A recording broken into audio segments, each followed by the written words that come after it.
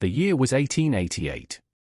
Dust, the color of old blood, settled over the Montana Territory, a relentless shroud upon the parched land.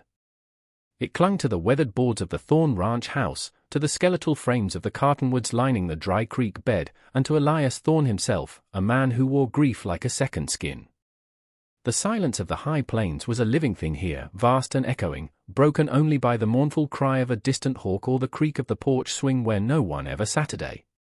Elias moved through his days like a phantom, his face a mask carved from granite, his eyes reflecting the endless, unforgiving sky. The laughter of his wife, Martha, and the bright chatter of his son, Daniel, were ghosts that haunted the quiet corners of the house, their absence a wound that refused to heal. He worked from before dawn until long after dusk, the physical exertion a desperate attempt to numb the ache within, but the ranch, like his heart, was failing. Fences leaned with tired shoulders, the barn roof sagged, and the once proud herd of cattle had dwindled, victims of drought and his own neglect born of despair. He knew, with a chilling certainty, that he was close to losing everything, not just the land his father had bled for, but the last vestiges of himself. The advertisement he'd nailed to the post office wall in the dusty town of Redemption was a final, desperate act: housekeeper wanted. Thorn Ranch. Room and board. He hadn't mentioned wages. He had little to offer. The stagecoach, a lumbering beast kicking up yet more dust, arrived a week later, depositing a solitary figure before the Redemption General Store. Her name was Sarah Miller, and she carried a single, worn valise and an air of quiet desperation that mirrored the landscape itself.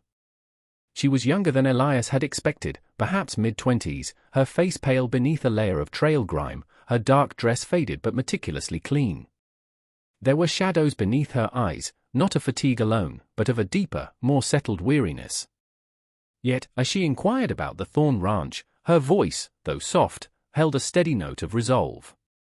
She had seen the notice. She needed the work. Elias, who had ridden into town for dwindling supplies, watched her from the shade of the livery.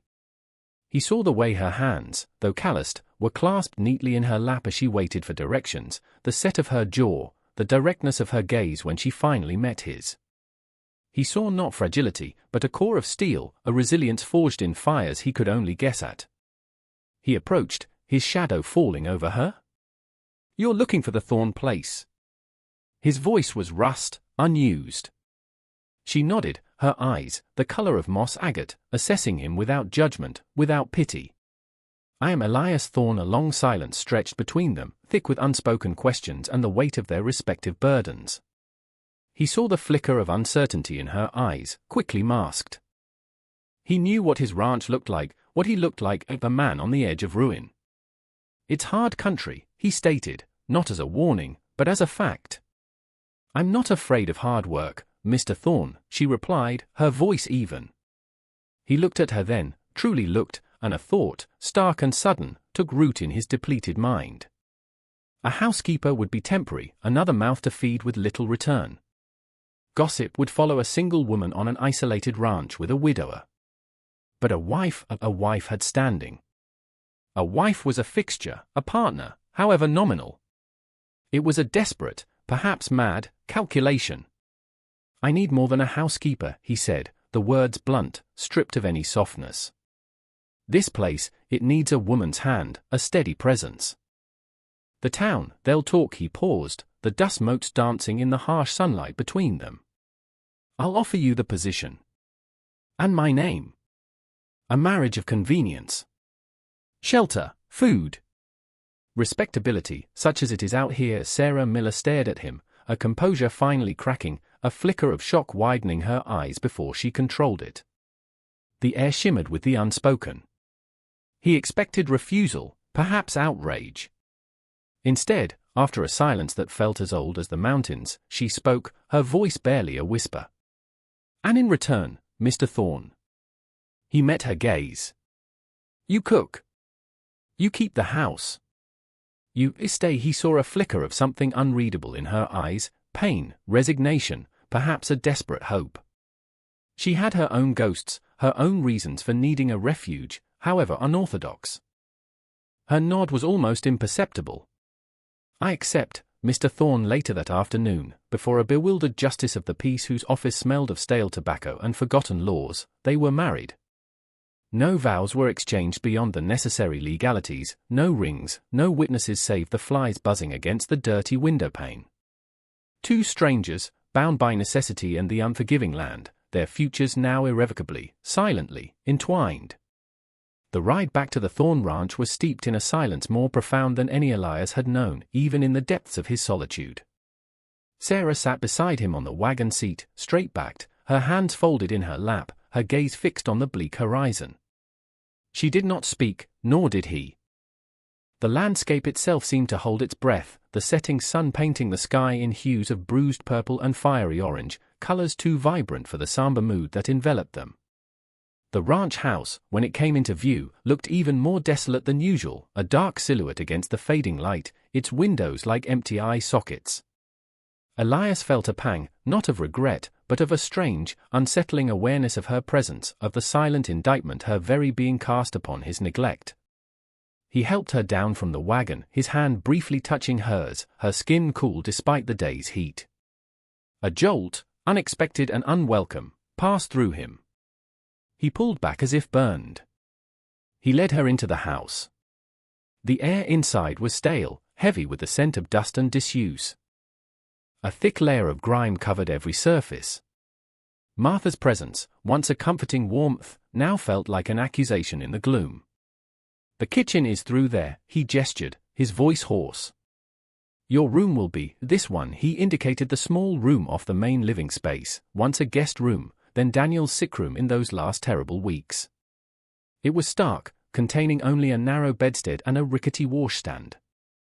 He did not offer her Martha's room. That sanctuary remained his, filled with untouchable memories. Sarah merely nodded, her expression unreadable. She placed her valise on the dusty floor. "I'll need water, if you please, Mr. Thorne." Her request was simple, practical. He fetched a bucket from the well, the rhythmic creak of the handle a familiar sound in the oppressive quiet. When he returned, she had already found a rag and was wiping down the washstand, her movements economical and efficient. He set the bucket down. "Supper," he said, the word feeling foreign. "There's some salt pork." "Flour," she nodded again. "I'll see to it." He retreated to the porch, leaving her to the shadows and the dust. He watched the stars emerge, cold and distant, and listened to the unfamiliar sounds emanating from within his house, the clink of a pot, the soft sweeping of a broom, the quiet thud of wood being added to the stove. These were sounds of life, sounds he had banished along with his hope. He felt a disquiet he couldn't name, a stirring in the frozen landscape of his soul. Was it resentment? Or something else, something akin to relief? The aroma of frying pork and baking biscuits, faint at first, then stronger, drifted out to him. It was a scent of simple sustenance, yet it carried with it a profound sense of something he had long forgotten, care. When she called him, her voice soft but clear, "Mr. Thorne, supper is ready," he hesitated. Entering his own kitchen felt like trespassing. The room was subtly changed. The table was wiped clean, two chipped plates set opposite each other. A single candle flickered, casting dancing shadows. Sarah stood by the stove, her face composed. The food was plain but hot, the biscuits surprisingly light. They ate in silence, the only sounds the scrape of forks against tin plates. He found himself observing her, the way her hands moved, the quiet dignity of her posture. She met his gaze only once, a brief, fleeting contact, before looking down at her plate. The silence was different now, not empty, but filled with an unspoken awareness, a fragile tension. When the meal was done, she rose and began to clear the plates. "I'll clean up," she said. He merely grunted, a sound that could have meant anything, and retreated once more to the porch, to the familiar company of his grief. But the ghosts felt a little more distant tonight, the silence a little less absolute. A change had come to Thorne Ranch, unbidden, stark, and irrevocable. In the days that followed, Sarah Miller, now Sarah Thorne, moved through the dilapidated ranch house with a quiet industry that was both unnerving and, to Elias's reluctant senses, strangely soothing. She did not speak unless spoken to, and her questions were always practical, direct.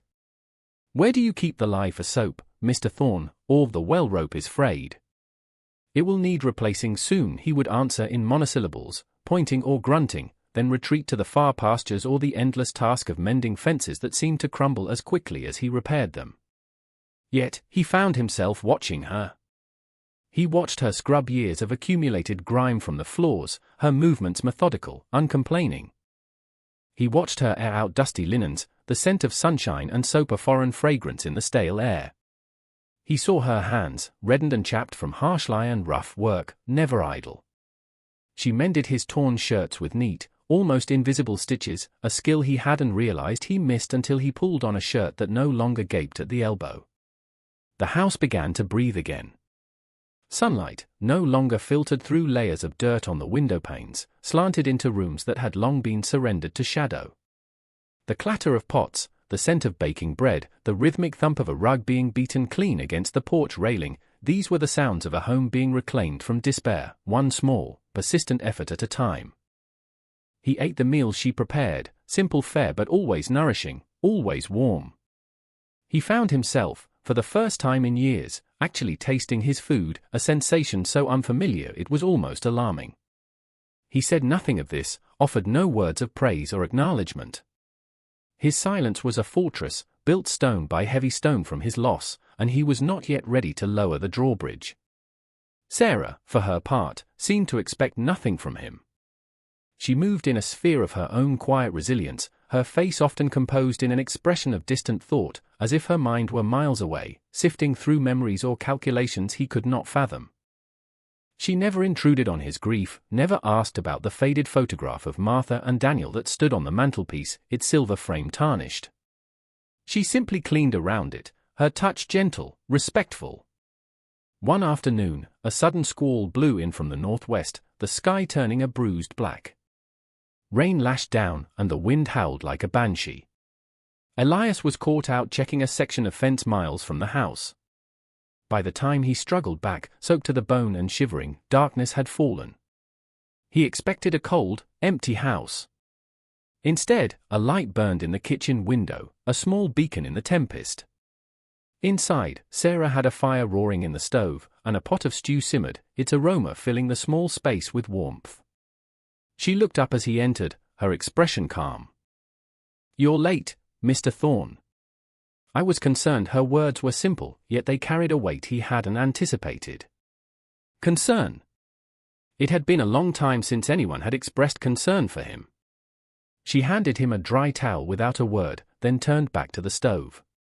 He stood there, dripping onto the newly cleaned floor, the warmth of the room seeping into his chilled bones, a feeling more profound than mere physical comfort. He saw not just a hired cook, not just a wife in name, but a woman of quiet strength, a steady presence in the storm of his life. He ate the stew, hot and rich, and for the first time, the silence between them felt less like a chasm and more like a shared space, a fragile shelter against the wind and the rain raging outside. The small, incremental changes Sarah brought to the Thorn Ranch began to seep into Elias like slow rain on parched earth. He found himself anticipating the scent of coffee in the mornings, the quiet order she imposed on the chaos of his belongings. He noticed the small jar of wildflowers she'd placed on the kitchen windowsill, a splash of improbable color in the muted tones of their existence. He never commented, but he saw. He saw the way she mended the chicken coop, her movements deft and practical, her brow furrowed in concentration. He saw her patching a tear in the faded curtains with thread carefully unraveled from an old feed sack, making do, wasting nothing. Her resilience was a quiet rebuke to his own surrender. One evening, as he sat on the porch, staring into the vast, indifferent twilight, he heard a faint sound from within the house. It was singing, a low, melancholic lullaby, so soft he almost thought he'd imagined it. He rose, drawn by the unfamiliar melody, and peered through the kitchen window. Sarah sat at the table, a pile of his socks before her, a darning needle flashing in the lamplight. Her head was bowed, and the song, a tune he didn't recognize, seemed to flow from her effortlessly, filled with a sadness that resonated deep within him. It was not a song of joy, but of endurance, of sorrow met and carried. He watched her for a long moment, unseen, a knot tightening in his chest. The song was a glimpse into her hidden world, a hint of the burden she carried with the same quiet fortitude she applied to her daily chores. He retreated silently, the melody clinging to him, a fragile thread connecting their solitary griefs. The next day, he found himself fixing the loose board on the porch step that she sometimes stumbled over. He told himself it was a practical matter, a safety concern. But as he hammered the nail home, he knew it was more. It was an acknowledgement, however small, however unspoken, of her presence, of her quiet efforts. He began to leave a bucket of fresh water for her by the kitchen door each morning, saving her the trip to the well. He cleared a patch of ground near the house, where the soil was richer, and tilled it, wordlessly offering it to her. He'd seen her looking at the neglected kitchen garden plot Martha had once tended. Sarah merely nodded when she saw it, and a few days later, tiny green shoots began to appear, herbs, a few hardy vegetables. These were small gestures, unspoken dialogues in the vast silence of their arrangement. The wall between them remained, high and formidable, but tiny, almost invisible cracks were beginning to appear, letting in slivers of unexpected light. He still wore his grief like an armor, but sometimes, when he looked at Sarah, absorbed in her tasks, her expression serene despite the hardship, he felt a flicker of something other than pain. It was a fragile thing, easily startled, but it was there, a seed of warmth in the frozen ground of his heart. He found himself wondering about her past, about the sorrows that had etched those faint lines around her eyes, but he did not ask. The silence was their pact, their refuge, and he was not yet brave enough to break it. He only knew that her quiet strength was slowly, imperceptibly, becoming a foundation upon which he might, one day, dare to rebuild. The unspoken rhythm of their life on Thorn Ranch settled into a pattern of shared labor and profound silence. Elias rode the fence lines, tended his dwindling herd, and fought the encroaching despair that was his constant companion. Sarah cooked, cleaned, mended, and slowly, painstakingly, breathed life back into the neglected corners of the house and its immediate surroundings. The small vegetable patch she tended near the kitchen door flourished under her care, a vibrant splash of green against the dun-colored landscape, a testament to her persistence. She brought order not just to the physical space, but to the days themselves. Meals appeared at regular intervals, clothes were washed and mended, and the house, though still stark, felt less like a tomb and more like a shelter. One crisp autumn morning, as Elias was preparing to ride out, he found a small, carefully wrapped package on the kitchen table. It contained thick, freshly baked biscuits and a piece of dried apple. Sarah was nowhere to be seen, already occupied with chores outside. He picked it up, the warmth seeping into his calloused palm. It was a simple gesture, yet it spoke volumes in their world of few words. It was sustenance for the long day ahead, an act of quiet provision. He ate the biscuits as he rode, the taste of them a small comfort against the vast indifference of the plains. He found himself thinking of Martha, of the lunches she used to pack for him.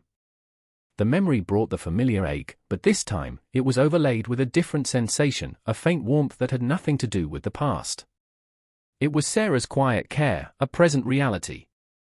Later that week, a lone cow strayed, and Elias spent a frustrating day tracking it through rough coulees. He returned late, tired and irritable, the familiar weight of failure pressing down on him. As he unsaddled his weary horse, he saw Sarah by the corral, her silhouette dark against the twilight sky. She was holding a lantern, its glow soft and welcoming. "She came back on her own an hour ago, Mr. Thorne," Sarah said, her voice calm. "I put her in the small pasture." He just nodded, too tired to speak, but a measure of the tension eased from his shoulders. She hadn't needed to wait up, hadn't needed to see to the cow herself. Her quiet competence, her anticipation of his needs, chipped away another small piece of his isolation. One evening, Sarah found a small, intricately carved wooden bird tucked away on a high shelf in the main room, coated in dust. It was small, fitting in the palm of her hand, its painted feathers faded.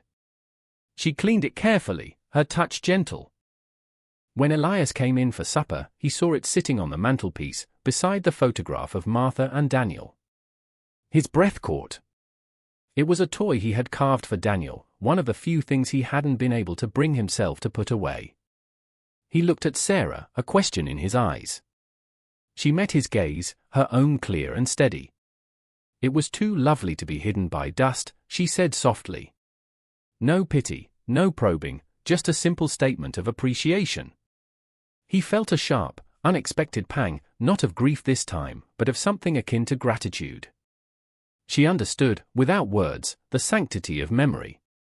He saw the respect in her gesture, an honoring of his past. That night, for the first time, he spoke Martha's name aloud to her.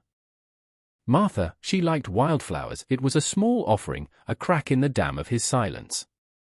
Sarah simply nodded, a flicker of understanding in her eyes. "They bring life to a room," she replied. The silence that followed was different, less stark, holding a shared acknowledgement of loss, and perhaps, the faintest whisper of a new, fragile connection being forged in the shadow of old sorrows. The walls around Elias Thorne's heart were still standing, but Sarah's quiet presence was like ivy, slowly, patiently, finding its way through the cracks, bringing a promise of green to the stone. The first snows arrived early that year, blanketing the plains in a pristine, unforgiving white. The wind howled around the corners of the ranch house, rattling the window panes, a constant, mournful sound. Inside, the small world Elias and Sarah had constructed became even more contained, their lives drawn into the tight circle of the stove's warmth. The shared labor continued, adapted to the season. Elias spent his days tending the remaining cattle in the barn, chopping wood, and ensuring the house was secure against the bitter cold. Sarah baked, mended, and kept the fire alive, her quiet presence a steady counterpoint to the storm's fury. One evening, a particularly vicious blizzard raged, trapping them indoors for days. The wind shrieked like a tortured soul, and snow piled high against the doors and windows. The isolation was absolute. Elias found himself restless, pacing the confines of the small living room. Sarah sat by the fire, her hands busy with her mending, her composure unshaken. He watched her, the rhythmic click of her knitting needles a small, reassuring sound in the maelstrom. He found her calmness both irritating and strangely comforting. "This storm," he finally said, breaking the long silence, his voice rough. "It reminds me of the winter, Martha, the winter we lost Daniel." The words were out before he could stop them, a torrent unleashed. He hadn't spoken of it in such direct terms to anyone. Sarah stopped her knitting, her gaze lifting to his. There was no surprise in her eyes, only a deep, quiet compassion. She did not speak, did not offer platitudes or empty comforts. She simply listened, her silence an invitation to share the burden. And so, he spoke. He told her of the fever that had swept through, of his desperate rides for the doctor, of the helplessness he had felt as he watched his wife and son slip away. The words tumbled out, raw and painful, a confession of grief and guilt he had carried alone for too long. When he finally fell silent, the only sound was the roar of the wind outside and the crackle of the fire. Sarah looked at him, her eyes holding a profound understanding. "Grief is a heavy coat, Mr. Thorne," she said softly, her voice barely above a whisper. "It keeps out the cold, but it also keeps out the warmth." Then, she did something unexpected. She reached out and briefly, tentatively, laid her hand on his arm. Her touch was light, fleeting, yet it sent a jolt through him, a spark of human connection in the frozen landscape of his emotions. "You are not to blame for the winter's cruelty," she said, her voice firm but gentle. "You did all a man could do." He looked at her then, truly saw her, not just as a capable housekeeper or a wife in name, but as a woman of immense strength and empathy. In her eyes, he saw not judgment, but a reflection of his own pain, and something more, a resilience that offered a sliver of hope. He didn't pull away from her touch. For a long moment, they sat there, the storm raging outside, a fragile peace settling within the small, warm room. The wall of his grief had been breached, not by force, but by a quiet, persistent understanding. He felt a profound sense of release, as if a heavy weight had been lifted from his shoulders. The blizzard continued for 2 more days, but the atmosphere inside the Thorne Ranch house had changed. The silence between them was no longer a barrier, but a shared space, filled with unspoken understanding and a nascent trust. He found himself talking more, small observations about the weather, the cattle. She responded in kind, her voice a quiet melody against the storm's harsh song. A fragile bridge was being built, one word, one shared glance, one moment of quiet empathy at a time, across the chasm of their separate sorrows. As the relentless grip of winter began to loosen its hold, and the first, tentative signs of spring appeared on the thawing plains, a patch of stubborn green grass, the distant call of a meadowlark, a subtle but profound shift occurred in the dynamic between Elias and Sarah. The raw edges of his grief, exposed during the blizzard's confinement, had been met not with intrusion, but with a quiet acceptance that was slowly beginning to heal him.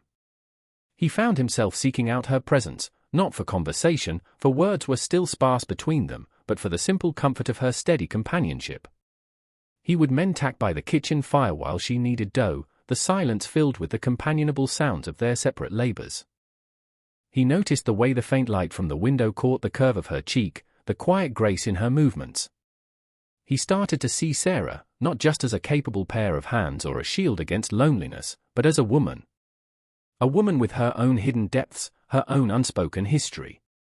One afternoon, he came across her in the small, neglected orchard behind the house. Martha had planted a few apple trees years ago, but they had been long untended, their branches gnarled and unproductive. Sarah stood beneath one, her hand resting on its rough bark, her expression wistful. "They need pruning," she said, more to herself than to him, as he approached. With care, they might bear fruit again. He looked at the trees, then at her. Her words seemed to hold a deeper meaning, a metaphor for their own barren lives.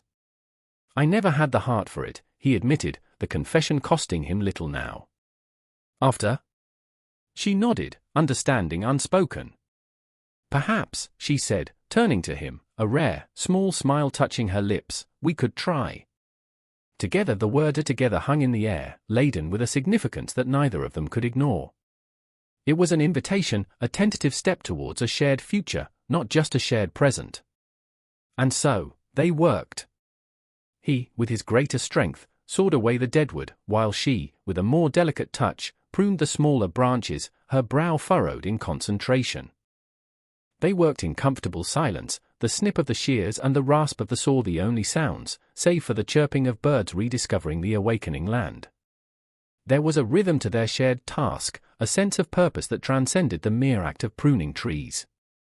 It was an act of faith, of hope. As the sun began to dip towards the horizon, casting long shadows across the orchard, they stood back to survey their work. The trees looked stark, almost wounded, but there was a new openness to them, a promise of light and air reaching the inner branches. "It's a start," Elias said, his voice quiet. Sarah nodded, a smudge of dirt on her cheek. "All new growth needs a strong foundation," Mr. Thorne. Her eyes met his, and in their depths, he saw not just resilience, but a quiet courage that mirrored the stubborn life force of the land itself. He felt a sudden, powerful urge to reach out, to touch that smudge of dirt, to bridge the remaining distance between them. But he hesitated, the old habits of isolation dying hard. Instead, he merely nodded. "Supper will be late," he said, his voice gruff to cover the unfamiliar emotion stirring within him. She smiled again, a genuine, unguarded smile this time, and it was like the sun breaking through clouds. "Some things are worth waiting for," Mr. Thorne. The unspoken words lingered between them, a promise of warmth, of connection, of a spring that might finally be dawning in the long winter of their lives. The days lengthened, and the plains exploded into a riot of wildflowers, a brief, vibrant defiance against the memory of winter's harshness. The pruned apple trees in the orchard showed buds, small green fists clenched against the branches, promising fruit. On the Thorne ranch, a similar, quiet unfurling was taking place. The wall of silence between Elias and Sarah had not so much crumbled as it had become porous, allowing for the seepage of shared glances, small kindnesses, and the tentative beginnings of conversation that went beyond the purely practical. He found himself talking about the ranch, his hopes for rebuilding the herd, the challenges of the changing seasons. She listened, her intelligent eyes fixed on his, occasionally offering a quiet suggestion, a thoughtful observation that revealed a keen understanding of the land and its demands. He learned that she had grown up on a farm in the East, a life of hardship that had nevertheless instilled in her a deep connection to the soil. She spoke little of why she had left, only hinting at loss and the need for a new beginning, and he did not press. Her past was her own, just as his was his. but their present was becoming increasingly intertwined. One evening, as they sat on the porch, the air soft with the scent of evening primrose, Sarah was humming a quiet tune, the same melancholic lullaby he had heard her sing before. "That song," he said, his voice softer than he intended. "What is it?" She looked at him, a faint blush rising on her cheeks. "It's just an old song my mother used to sing. About finding your way home," he considered her words. Home. The word had once been synonymous with Martha and Daniel, with laughter and warmth. For years, it had been merely a place of shelter, a repository of ghosts. Now, sitting beside Sarah, the ranch house behind them filled with the scent of her baking and the quiet order she had created, the word began to take on a new, fragile meaning. "You've made this a home again, Sarah," he said, the words costing him a significant effort, yet feeling profoundly true. Her name, spoken without the formal Mrs. Thorne or the earlier, distant Miss Miller, felt natural, right? She turned to him, her eyes luminous in the fading light. "A home needs more than clean floors and warm bread," Elias, his name, on her lips, was a quiet revelation. It was the first time she had used it. "It needs," she hesitated, searching for the words, a shared heart. The silence that followed was charged, electric. He looked at her, truly looked at her, seeing the strength in her gaze, the compassion that had weathered her own unspoken sorrows, the quiet dignity that had never wavered. He saw a woman he had married out of desperate convenience, a woman who had, through her steady, unassuming presence, mended not just his house, but the shattered pieces of his life. The fear was still there, a cold knot in his stomach, the fear of loss, of feeling too deeply, of opening himself up to pain again. But stronger now was a different emotion, a profound, aching tenderness, a longing for the warmth she offered, for the shared heart she spoke of. He reached out, his calloused, work-roughened hand covering hers where it rested on the porch railing. Her skin was soft beneath his, her fingers surprisingly strong. She did not pull away. Her gaze met his, questioning, hopeful. "Sarah," he began, his voice thick with emotion he could no longer suppress. "I married you because I was broken. Because I needed help. I offered you my name, shelter. I didn't expect." He faltered, the words inadequate. "I didn't expect you." Her eyes softened, a hint of moisture gathering in their depths. "I came here for a refuge, Elias," she whispered. "A place to start over. I found more than I dared hope for." He tightened his grip on her hand. The ghosts of Martha and Daniel were still there, their memory precious, a part of him always. But they were no longer the only presences in his heart. Sarah was there now, real and warm, a promise of a future he hadn't thought possible. "This ranch," he said, his gaze sweeping over the land that stretched out before them, bathed in the soft glow of twilight, "it's a hard place. Life here, it's not easy, I know," she said softly. "But it's our place, Elias. If we choose it to be." He turned back to her, his heart full. "I choose it, Sarah," he said, his voice raw with sincerity. "I choose you." A slow smile spread across her face, a smile that reached her eyes and transformed her, making her beautiful in a way he hadn't allowed himself to see before. It was the smile of a woman who had found her way home. And in that moment, Elias Thorne knew, with a certainty that settled deep in his bones, that he had found his way home too. The confession on the porch, simple and unadorned as it was, marked a profound turning point. It was as if a dam had broken, not in a torrent, but in a steady, life-giving flow.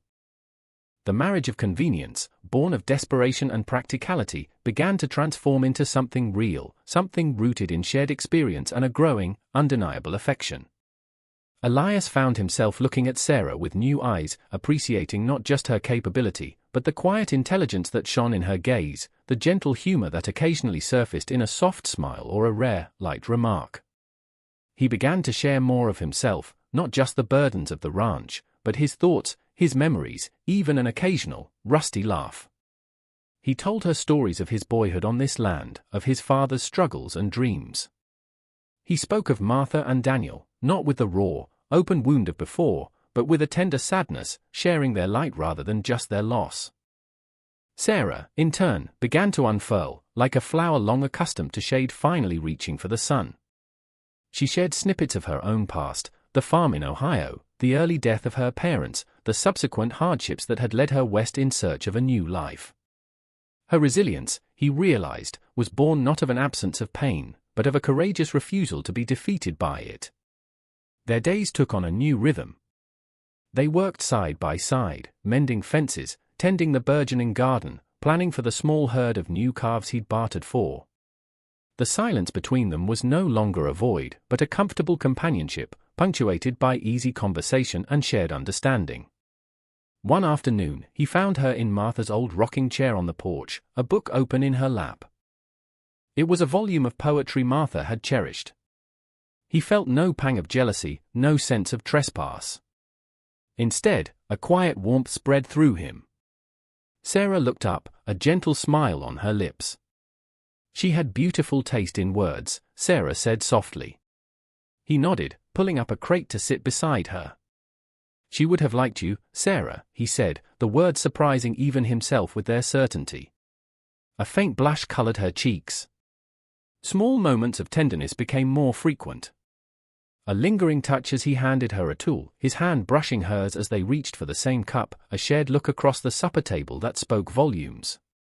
One evening, after a long day spent repairing the barn roof together, they sat exhausted but content in the kitchen. The scent of the stew Sarah had prepared filled the air.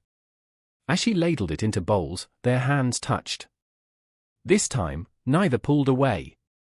Elias gently took her hand, turning it over, tracing the lines on her palm with his thumb. Her skin was warm, calloused from work, yet soft. He raised his eyes to hers. The question was there, unspoken but clear. Her gaze was steady, her answer in the slight pressure of her fingers against his. That night, he did not retreat to his solitary room. He followed Sarah into the room that had once been Martha's, the room he had kept as a shrine. But it was no longer just a place of memory. With Sarah beside him, it became a place of new beginnings, of shared warmth and whispered hopes under the vast, starlit Montana sky. The ghosts did not depart, but they made space, welcoming a new life, a new love, into the heart of Thorn Ranch. Spring deepened into summer, and the Thorn Ranch thrived under their combined efforts. The apple trees, responding to their care, were heavy with young fruit. Sarah's garden overflowed with vegetables, and the small herd of cattle grew stronger, their coats sleek in the summer sun. The house itself felt different, alive. Laughter, a sound long absent, occasionally echoed within its walls, Elias's rusty chuckle at one of Sarah's dry observations, her softer laugh in response to his rare attempts at teasing. They had fallen into a rhythm that was more than just partnership, it was a quiet, steady dance of two souls finding solace and strength in each other.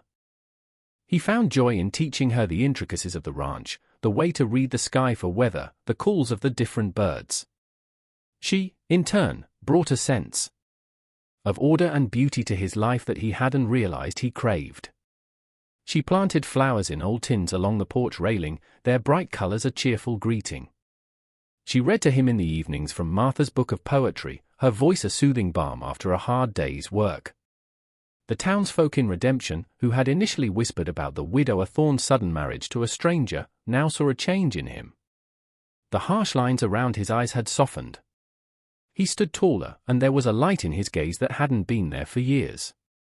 When he came to town for supplies, Sarah was often by his side, her quiet dignity earning her a grudging respect that slowly blossomed into genuine liking. Mrs. Henderson, the storekeeper, who had initially been the most vocal with her speculations, now offered Sarah her best cuts of fabric and exchanged recipes. One sweltering afternoon, as a thunderstorm gathered on the horizon, Elias and Sarah were working to bring in a load of hay before the rain hit. The air was thick, charged with electricity. They worked quickly, their movements synchronized, a wordless understanding passing between them. As the first fat raindrops began to fall, they raced the last of the hay into the barn, laughing like children, their faces streaked with sweat and dust. Inside the dim, fragrant space, the storm broke with full fury, rain drumming on the roof, thunder rattling the timbers. They stood close, catching their breath, the shared exertion and the wildness of the storm creating an intimacy that was both exhilarating and deeply comforting. Elias reached out and gently wiped a smudge of dirt from Sarah's cheek with his thumb. His touch lingered. She leaned into his hand, her eyes closing for a moment, a soft sigh escaping her lips.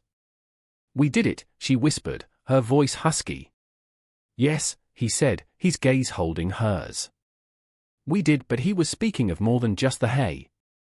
He was speaking of the life they were building together, a life reclaimed from ashes, a love discovered in the most unexpected of circumstances. He drew her closer, and in the dim light of the barn, with the storm raging outside, he kissed her. It was a kiss of gratitude, of partnership, of a love that had taken root in barren ground and blossomed against all odds. It was a kiss that sealed their true marriage, a commitment of the heart, witnessed only by the scent of hay and the sound of the summer rain. The land, once a symbol of his loss and despair, now held the promise of their shared future, a future they would face together, hand in hand, their quiet strength their greatest shield, their unexpected love their most precious harvest. The Thorn Ranch was no longer a place of sorrow, it was a place of healing, a testament to the enduring power of hope, and, finally, a home.